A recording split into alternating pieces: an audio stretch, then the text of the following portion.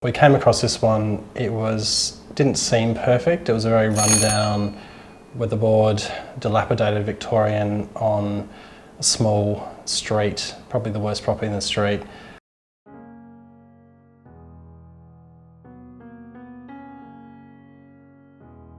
Hi, I'm Darren Kay.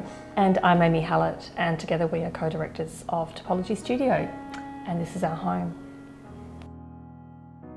We wanted this home to do a lot of things, and I think for us we wanted to start our own architecture practice, and we saw this house as being a springboard for that, to sort of show what we can do, to also experiment with ideas that we've had.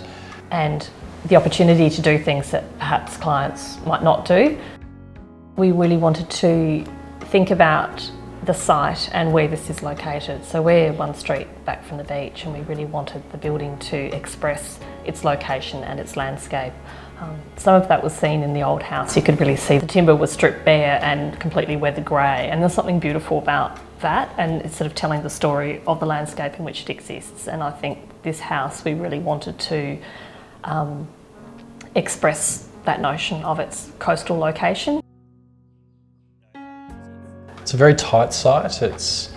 And the actual site's 210 square metres, the building's 150 square metres. We were very, very careful about every 100 mil we had to consider. Which room do we give it to? Did it go this way or this way? Is it for the bathroom or the bedroom? And that was all over the whole house. So to maintain a sense of openness, doors are full height, windows are from ground to ceiling, to create a sense of generosity. And carving out a fair area for the courtyard also meant that it had to work even harder, but it was such a critical moment in the house that it just worked so well we had to do it.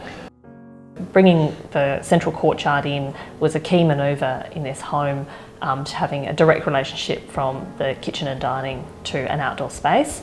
And that also brings light and ventilation into the centre of the home, and enables this small space to open to the next small space, which is the courtyard, and open to the next space, which was originally our studio. It's currently a playroom. It also led us to separating the kitchen and dining from the living area, which is unusual in houses like this. The typical solution is to put them all together at the back and create a single space. But we also didn't want to lose the connection to the back garden. So while this is beautiful in the morning, that's really a lovely and shady place to be as well. So they're different external spaces.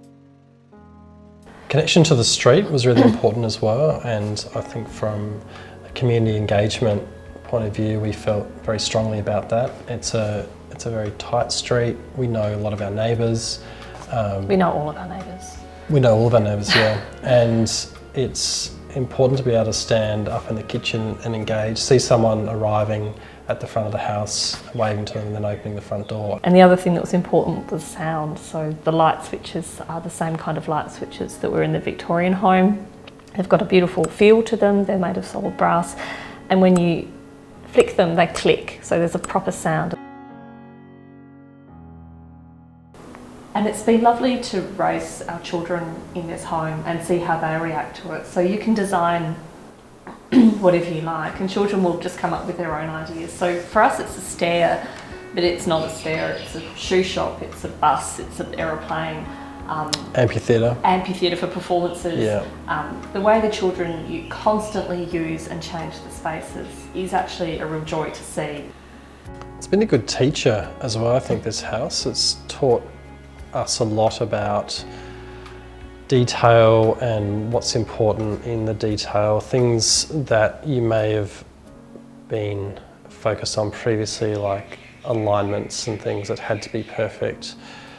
When you live in a house, you realise it's the day-to-day things like handles and opening the fridge, things that you do every day. Does the front door open nicely? Yeah. Easily. Do the doors click into position well? Things that you use on a day-to-day basis become actually really important. And we take that... This is like a deliberate... Every time you talk, I've got a cough. Yeah. It's like every time the camera's not on you, you're right. coughing. Yeah. Maybe we just need to keep it all on. Yeah.